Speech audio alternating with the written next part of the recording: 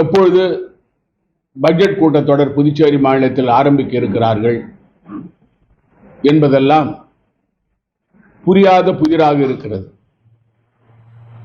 அப்பொழுது எதிர்க்கட்சி தலைவராக இருந்த திரு ரங்கசாமி அவர்கள் காலத்தோடு முதலமைச்சர் ரங்கசாமி பட்ஜெட் தாக்கல் செய்யவில்லை என்று என்னை விமர்சனம் செய்தார். இப்பொழுது ரங்கசாமி அவர்கள் யாரை விமர்சனம் செய்வார்?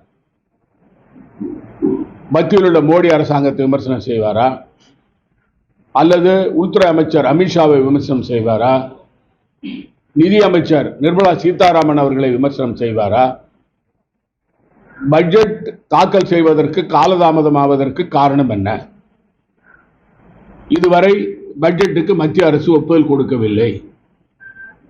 கடந்த காலங்களில் நான் முதலமைச்சராக இருக்கும் பொழுது எந்த அளவிற்கு மத்திய அரசு ஒத்துழைக்கவில்லையோ அதே நிலைதான் இப்பொழுதும் நீடிக்கிறது. இதில் மாற்றம் ஒன்றும் இல்லை.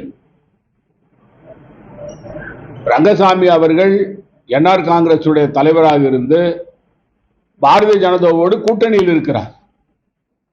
கூட்டணி கட்சிகளுக்கு அந்த பாரதிய ஜனதாவினுடைய அமைச்சர்கள் இங்கே இருக்கிறார்கள். ஒரு கூட்டணி அரசுக்கே இந்த நிலை என்றால் எதிர்க்கட்சிகளுடைய நிலை என்ன என்பதை மக்கள் தெளிவாக புரிந்து கொள்ள வேண்டும். புதுச்சேரி மாநிலத்தை மோடி அரசாங்கம் தொடர்ந்து வஞ்சிக்கிறது என்பதற்கு இது மிகப்பெரிய உதாரணம். எதிர்க்கட்சி ஆண்டாலும் சரி, ஆளுங்கட்சி இருந்தாலும் சரி, புதுச்சேரி மாநிலத்தை புறக்கணிப்பதுதான் மோடி அமித்ஷா இவர்களுடைய வேலை. இந்த பட்ஜெட் தாக்கல் செய்வதற்கு காலதாமதம் ஆவதிலிருந்து இது தெளிவாக தெரிகிறது. முதலமைச்சர் ரங்கசாமி அவர் டெல்லி சென்றாரா? பட்ஜெட் கூட்டத்தொடரை நடத்துவதற்கு ஏதுவாக பட்ஜெட்டுக்கு ஒப்புதல் பெறுவதற்கு ஏன் அவர் நேரடியாக நடவடிக்கை எடுக்கவில்லை? அவர்தான் நிதி அமைச்சர். ஏன் தலைமைச் செயலாளர் அனுப்பவில்லை? ஏன் நிதி செயலாளர் அனுப்பவில்லை? இது புரியாத புதிராக இருக்கிறது. முதலமைச்சர் பிரதமரால் கூட்டப்பட்டிருக்கின்ற நித்தி ஆயோக் கூட்டத்தில் கலந்து கொள்ள வேண்டும். ஏனென்றால் அந்த நித்தி ஆயோக் கூட்டத்தில் தான் புதுச்சேரிக்கு மாநில அந்தஸ்து மத்திய அரசு வழங்க வேண்டும் என்று வலியுறுத்துவதற்கான வாய்ப்பு இருக்கிறது. தொடர்ந்து புதுச்சேரிக்கு மாநில அந்தஸ்து வாங்குவதுதான் எனது கொள்கை என்று சொல்லுகின்ற ரங்கசாமி மத்திய அரசினுடைய நித்தி ஆயோக் கூட்டத்தை புறக்கணிப்பாரா?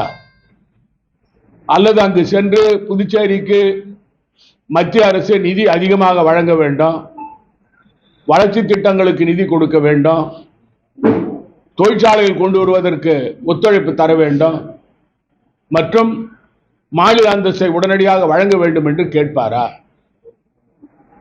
3 ஆண்டு காலம் தூங்கிவிட்டு இப்பொழுது முதலமைச்சர் இந்த கூட்டத்தில் கலந்து கொண்டால்தான் மாநிலத்திற்கு அவர் உண்மையாக பணி செய்கிறார் என்ற ஒரு நிலை ஏற்படும்.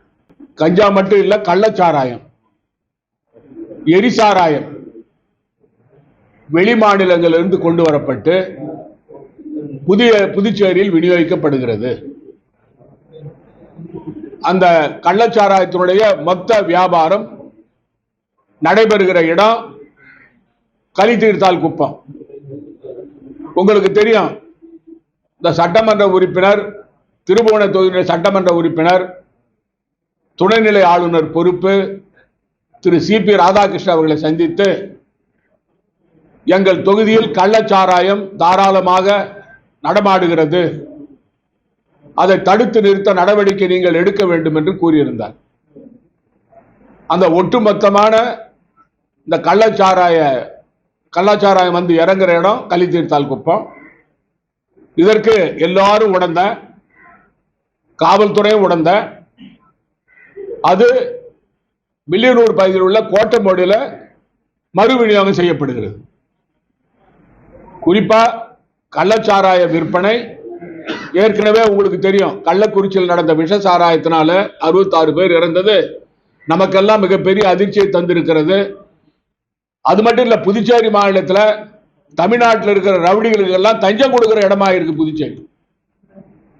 இப்படி புதுச்சேரி மாநில மக்களுக்கு பாதுகாப்பு இல்லாத நிலை. புதுச்சேரி மாநில ரவுடிகளுக்கு பாதுகாப்பு மட்டும் இல்ல, ரவுடிகள் இங்க மற்ற ரவுடிகளோட பத்திரமா இருந்துட்டு போற இடமா இது இருக்கு. இதையெல்லாம் முதலமைச்சர் கண்காணிக்கிறது கிடையாது, நடவடிக்கை எடுக்கிறது கிடையாது. முதலமைச்சர் அவருக்கு நாற்காலி இருந்தால் போதும், எதை பற்றி அவர் கவலைப்பட மாட்டார். இது ஒட்டுமொத்தமா இந்த ஆட்சியானது மக்களை பற்றி கவலைப்படுவதில்லை. ஒரு பக்கம் கஞ்சா, இன்னொரு பக்கம் கள்ளச்சாராயம், இன்னொரு பக்கம் ரெஸ்டோ பாரு. புதுச்சேரி மாநிலம் சாராயத்தில் மிதக்கிறது. நான் சொன்னேன், புதுச்சேரி மாநிலத்தில் கொலை நகரமா இருக்குது, கொள்ளை நகரமா இருக்குதுன்னு சொன்னேன். இப்பொழுது அது சாராய நகரம் ஆகிவிட்டது. இதற்கெல்லாம் புதுச்சேரி மாநில மக்கள் பாராளுமன்ற தேர்தலில் முற்றுப்புள்ளி வைத்தாலும் கூட இன்னும் அது தொடர்ந்து நடந்து வருகிறது. இனிவரும் காலங்களில் இந்த ஆட்சியாளர்கள் சம்பந்தமாக, இந்த ஆட்சியாளர்கள் குறிப்பா நான் சொல்றேன், இரண்டு முக்கியமான, ஒன்று மண்ணாடிப்பள்ளி தொகுதியில மரியாதைக்குரிய நமச்சிவாயம் அவர்கள், அவருடைய சட்டமன்ற தொகுதி அது, அவர் 900 ஓட்டு வாக்குகள் வித்தியாசத்தில் தோல்வியிட்டு இருக்காரு. மரியாதைக்குரிய முதலமைச்சர் தட்டாஞ்சாவடி தொகுதியில 3300 ஓட்டுகள் தோத்திருக்கிறாரு. இவர்கள் ஏன் தார்மீக பொறுப்பேற்று ராஜினாமா செய்யவில்லை? முதலமைச்சர் ஏன் ராஜினாமா செய்யவில்லை? தன்னுடைய தொகுதியிலே தோல்வி அடைஞ்சிருக்கு அவங்க கூட்டணி கட்சி பாரதிய ஜனதா கட்சி. அதே போல ஒரு வேட்பாளர் அவருடைய தொகுதியிலே அவர் தோத்திருக்காரு. இவர்கள் உண்மையிலேயே ஜனநாயகத்தில் நம்பிக்கை உள்ளவர்களாக இருந்தால், மக்கள் இவர்களுக்கு எதிர்ப்பாக தீர்ப்பளித்திருக்கிறார்கள், அவருடைய தொகுதியிலே அளித்திருக்கிறார்கள், ஏன் இவர்கள் ராஜினாமா செய்யவில்லை? இதிலிருந்து இவர்கள் பதவியில் ஒட்டிக் கொள்வதற்காக எதையும் செய்வார்கள், ஊழலை தவிர வேறொன்றும் செய்வதில்லை என்பது தெளிவாக தெரிகிறது. அப்ப என்ன அர்த்தம்? முதலமைச்சருடைய அனுமதியோட தான் இந்த ஊழல் நடக்குது. மற்ற அமைச்சர்கள் அவங்களுடைய அனுமதியோட தான் இந்த ஊழல் நடக்குது. எங்களுக்கு அதை பற்றி ஒன்றும் தெரியாது சொல்ல முடியாது.